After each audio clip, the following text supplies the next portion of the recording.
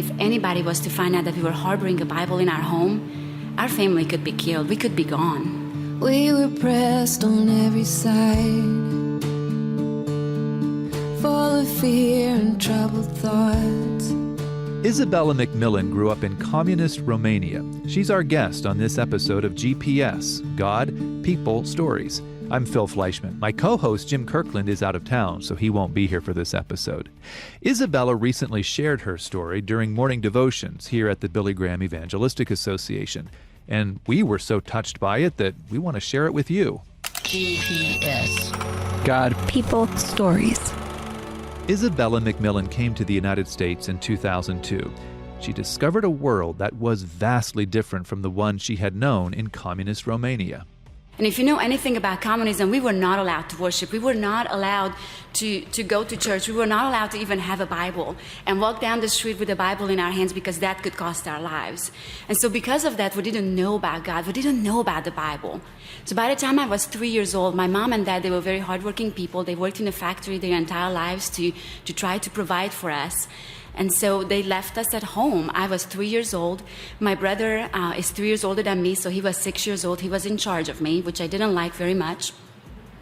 But we had a key around our neck, and we had very, very simple instructions of what we had to do this life on our own. So we had to get up with an alarm clock on our own, and we would get up, we would brush our teeth, get dressed, eat our breakfast, and go to school. My brother had the responsibility to make sure that I made it to school safely. And then after school was done, I would meet up with my brother, and then we would go home, and with this key around our neck, we would let ourselves in the house. And the instructions, again, were very simple. We had to eat our lunch, we had to do our homework, and we had to behave. And that behaving part got tricky sometimes. I remember when I was about 7 years old, one day we got home. We did everything that we were supposed to do. And so we were just kind of looking around in the house for something to do. And as we were looking around in the house, we noticed, we had an area rug in our living room, and we noticed that there was something underneath our area rug that was bulging. And so we pulled up that area rug to see what was there. And one of the tiles of our wooden floor was popped up.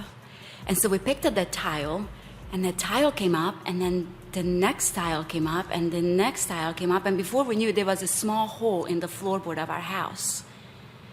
Scary thought, because we lived on the 4th floor of a flat apartment building.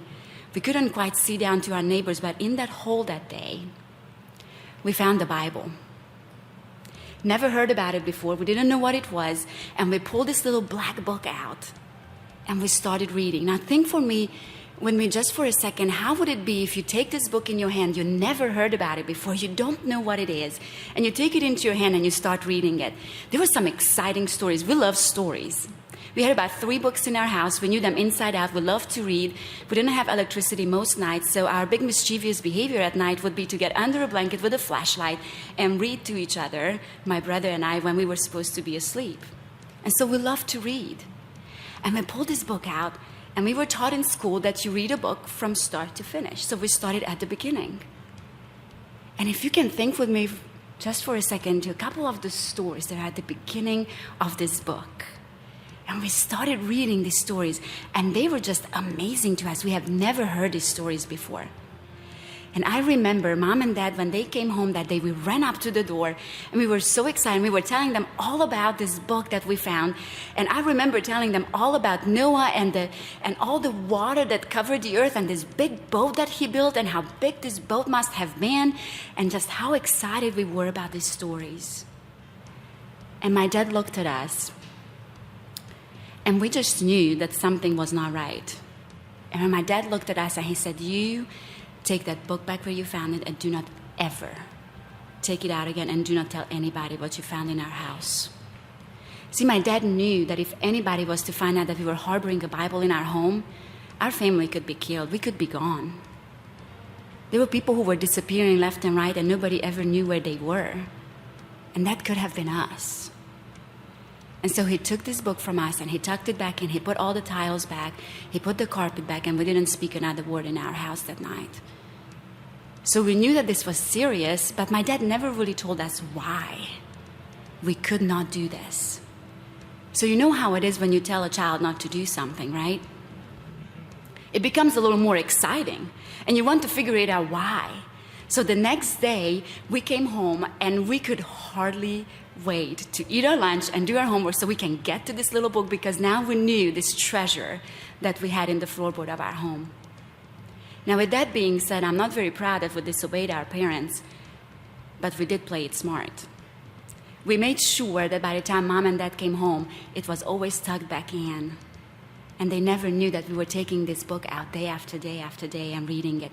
And can I just tell you that I remember sitting even in school and thinking, I cannot believe, like, what can be the next story that will come in this book? And just the excitement of running home so we can do everything that we were supposed to do first very quickly so we can get to this book.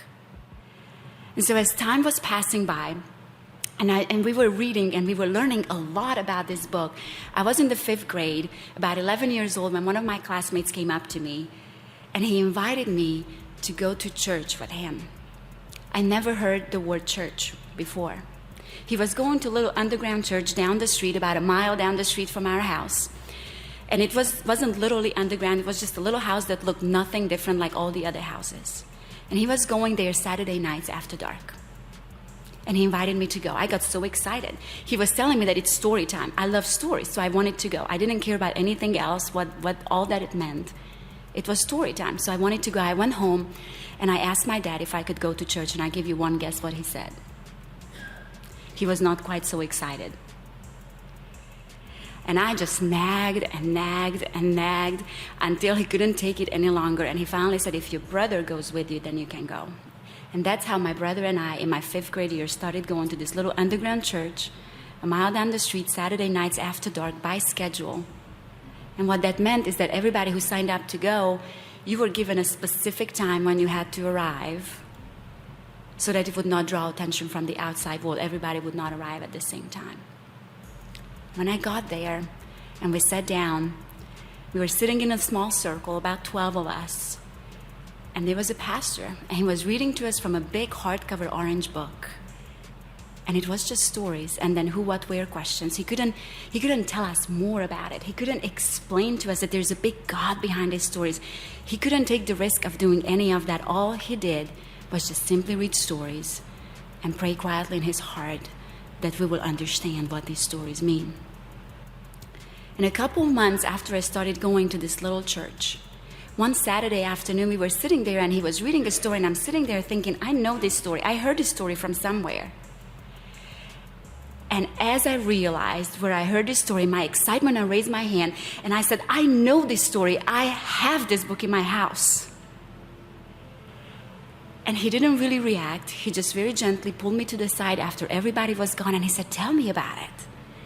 And so I told him how we found this book in our house and how we were reading it, and my parents really didn't know, and we are so excited, and we are taking it out, and we are reading more and more and learning more and more. And he said, you have the same book that I have. And so on that day, he gave me a lot of insight into a lot of things. But from that day, he took me under his wing, and he started discipling me without me even knowing what he really was doing. But from that day on, I brought all my annoying questions, because I have to admit I was one of those kids that I always had my hand up in school and everywhere else. I had the good questions, bad questions, annoying questions, all the questions. And I would bring my questions to him. And he would answer so patiently every time. I remember even one time coming up to him. I was maybe 12 years old. I don't remember exactly. But I remember going to church and I had my hand up